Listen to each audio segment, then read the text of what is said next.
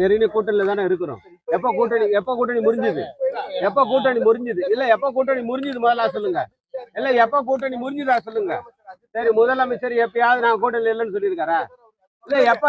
இல்ல முதலமைச்சர் எப்பயாவது கூட்டணி இல்லைன்னு சொல்லியிருக்காரா? இதுல தேசிய ஜனநாயக கூட்டணி தொடர்ந்து இருந்துகிட்டு தான் இருக்குது. அந்த ஆட்சி தான் அங்க நடந்துகிட்டு இருக்குது. என்னைக்கு முதலமைச்சர் இல்லைன்னு சொல்லியிருக்காரு? என்னைக்கு இல்லைன்னு சொல்லியிருக்காரு? இருக்கும்போது ஆமான்னு சொல்ல தேவை, இல்லைன்னு சொல்ல தேவை. ஏன் சொல்லணும்? இல்ல நீங்க கூட்டணி, அதாவது ஒரு விஷயம், கூட்டணி இல்லைன்னு சொன்னாதான் கூட்டணியில தொடர்ந்து சொல்லணும். கூட்டணியில தான் இருந்துகிட்டு இருக்கிறோம்.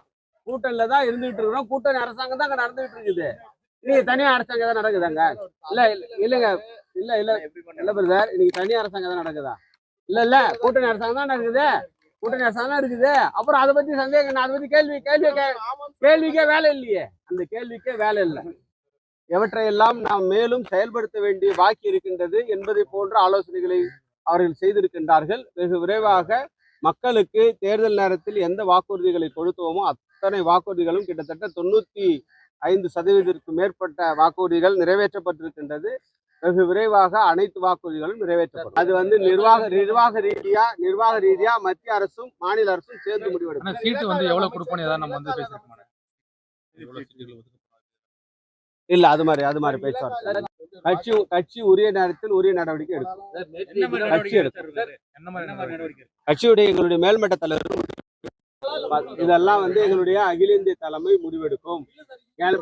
அதாவது கூட்டணியில எந்தெந்த கட்சி இருக்குது, எத்தனை சீட்டு, இதெல்லாம் எங்களுடைய அகில இந்திய தலைமையாக முடிவெடுக்கும்.